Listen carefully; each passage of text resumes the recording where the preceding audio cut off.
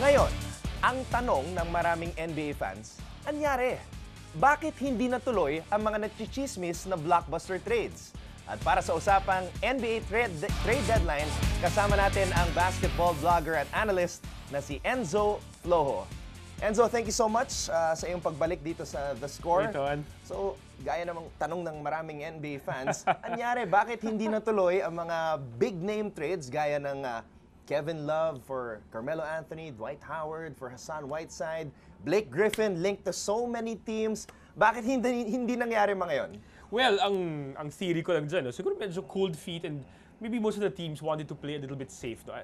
Kung titingnan natin yung mga teams na nag-pull ng trigger sa mga trades by the time the trade deadline kicked in, ito yung mga teams na medyo fringe playoff teams. Yung mga tipong nasa 8th, 9th, 10th place in their conferences. So, they're the ones who really needed to make a move to make that push for the playoffs. Teams like Miami, nag-make ng trade pero hindi major trade. No? Cleveland made a trade to get deeper. Pero nothing in the magnitude of getting a new star player. So, yun yung mga nangyari sa trade deadline. I think most of the strong teams already got a little bit stronger. And the teams that are fighting for those 7, 8, 9 spots also got bigger chances to actually clinch those spots. All right, before we talk about the trades that actually happened, I just want to ask this because I know you talked about this with Marco B. Did you honestly believe that Blake Griffin would get traded before the trade deadline? At kung nangyari man yon, saan siya mapupunta at sino naman ang makakuha ng Clippers? Well, I honestly felt the Clippers had to do something because I felt that with Blake out for a significant amount of time, and the Clippers were sitting at 4th place at that time in the playoff ladder, they really had to make a move to try and bust out and make a run for any of the top 3 or 2 spots even, or risk falling down the rankings even more. Do I like what they did? And Jeff Green straight up for Lance Stephenson. I'm not too sure how I feel about that. I think Jeff Green's a better player than Lance Stephenson, but I'm not sure how much better they got. Sayang, no? I would have been more excited if they chose to roll the dice by shipping Blake Griffin out for another star player. But do you think this is good for Jeff Green that he moved to the Clippers who are playing so well right now? Yeah, definitely. Kasi Chris Paul is a better point guard than Mike Conley. Some people might disagree, but like what Chris Paul demonstrated against the Spurs, diba? He is the point guard. And he should be able to make Jeff Green play better. I love it also na si Jeff Green dating naglaro under Doc Rivers. So that reunion, I think, will be a positive thing for the Clippers once again. And he can play both small forward and power forward. So on a team like the Clippers, pwedeng may sentro ka na DeAndre Jordan, tapos meron kang Paul Pierce at Jeff Green at the forward spots, meron kang JJ Redick, tapos Chris Paul. That, I think, will be a potentially very potent Clippers 5. Ano naman ang tingin mo sa trade kung saan napunta si Tobias Harris sa Detroit para kay Ersan Ilyasova at Brandon Jennings?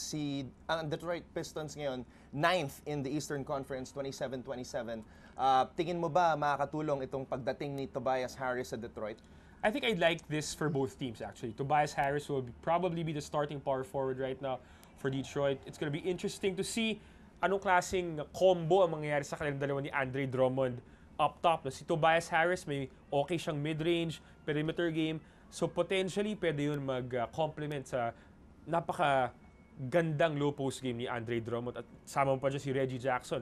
Yung tatlong yun could be the big 3 for the Detroit Pistons. Para sa Magic naman, may chance na makabalik sa fringe stardom si Brandon Jennings after getting injured last season. So now he's going to be the top, one of the top guards sharing the limelight with Elfrid Payton sa Orlando. But still, I think he has a very good chance to make a mark again in the NBA with the Orlando Magic.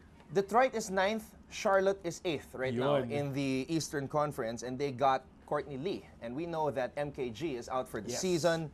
Tingin mo ba makakatulong itong pagdating ni Courtney Lee sa Charlotte? Well, on paper, yes. So Courtney Lee is a better outside shooter than MKG. I think MKG is a better defender than Courtney Lee. But overall, yung trade-off is, the Charlotte Hornets needed to get someone at the wing spot, specifically to replace MKG. And Courtney Lee, I think, is a solid choice for that. I think yung race for that 8th spot between Detroit and Charlotte isama pa yung Washington Wizards, na I'm sure pag-usapan natin mamaya rin, yung tatlong teams na yun, that race will definitely be very, very exciting to watch down the stretch. Pag-usapan na natin yan ng Washington Wizards. Nakuha nila ang player na mahilig mag-choke slam. Yun lang yun. Si Markieff Morris. Washington is underachieving. Yes. Number 10 sila in the Eastern Conference ngayon. What does the addition of Morris do for this squad? Well, one of the most inconsistent players for Washington this season has been si Nene. Pinag-usapan natin kanina, Anton, medyo tumatanda na si Nene. He's not as effective as he used to be. He's definitely no longer the number one low post option for Washington. That's Marcin Gortat already, di ba? So, with Markieff Morris coming in, sumusugal ang Washington dito. Markieff Morris was once a 6th Player of the Year candidate. Yes. If he returns to that form, I think he will be a game changer for Washington. No? You team him up with Gortat, and then you have John Wall, Bradley Beal right there. This could be, at their best, it's a top 4 team in the East. No? So if Markieff Morris is serious and doesn't have any of those extracurricular stuff and he leaves them all in Phoenix, he would be a game changer for Washington. But if he still plays like a disgruntled teenager, I'm not sure. I think the Wizards might not make it to the playoffs this season. OKC, they got veteran combo guard Randy Foy, but we know that Dion Waiters is the starting shooting guard on that team. What does the addition of Foy do now for the Thunder? I actually think that's a bit of a risky move for OKC kasi Randy Foy, if you look at him, his career, he's a pretty good shooting guard. Somebody you would say maybe second or third tier shooting guard in the NBA, but he's having his worst season right now in his career. So he's averaging about 7 points lang ata per game. So I'm not sure how effective he's going to be for OKC. Tas itambal mo pa sa kanya si Dion Waiters na may mga sarili ring issues na he needs the ball and he feels like he's a star player. I'm not sure what kind of effect that's going to have on their chemistry. It might be a net negative for OKC moving forward, which is a big risk because they're one of the top 3 teams in the East and in the West rather right now. Speaking of the West, Portland got Anderson Varejao, whom LeBron James is a big fan of. Matagal silang nagsama sa Cleveland, and Orlando got Jared Cunningham, and Cleveland got Channing Frye. We know Varejao is over the hill na, matanda na si Varejao. So, ang pinakamalaking impact dito si Channing Frye. What type of impact will he have for the Cavs? Si Channing Frye, I'm a little excited about this addition to Cleveland kasi he gives them a second stretch 4. No? So you sub out Kevin Love, you put in Channing Frye, you don't lose any potency from long range. And I would say that Channing Frye is a better rim protector than Kevin Love. So there's that aspect also. So I think Cleveland, on paper at least, this is a net positive for this team. No? So hopefully it'll really be a good effect on them. For Portland naman, I'm not sure how effective Anderson Varejao is going to be. I'm not even sure if he's going to be in the lineup. No?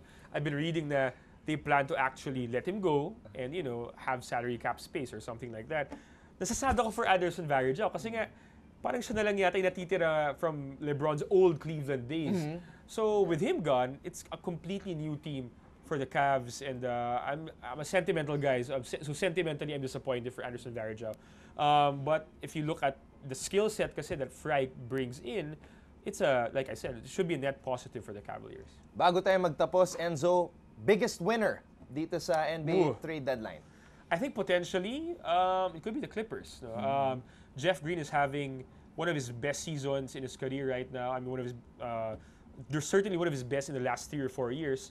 So if he comes in the Clipper system, if Doc Rivers rediscovers how to maximize Jeff Green, I think he could be a very, very good addition for the Clippers. He might be the X factor for them moving forward. He might be the difference maker that will get them maybe ahead of OKC if they meet in the playoffs. Maybe give them a little bit of an edge also against a team like San Antonio, whom they beat. So he could be a very, very interesting addition moving ahead. Well, thank you so much, Enzo, once again for coming here to The Score, giving us your insights, and I'm sure we'll see you here again very soon. Thanks, Don. For more sports updates, keep watching The Score, and don't forget to subscribe.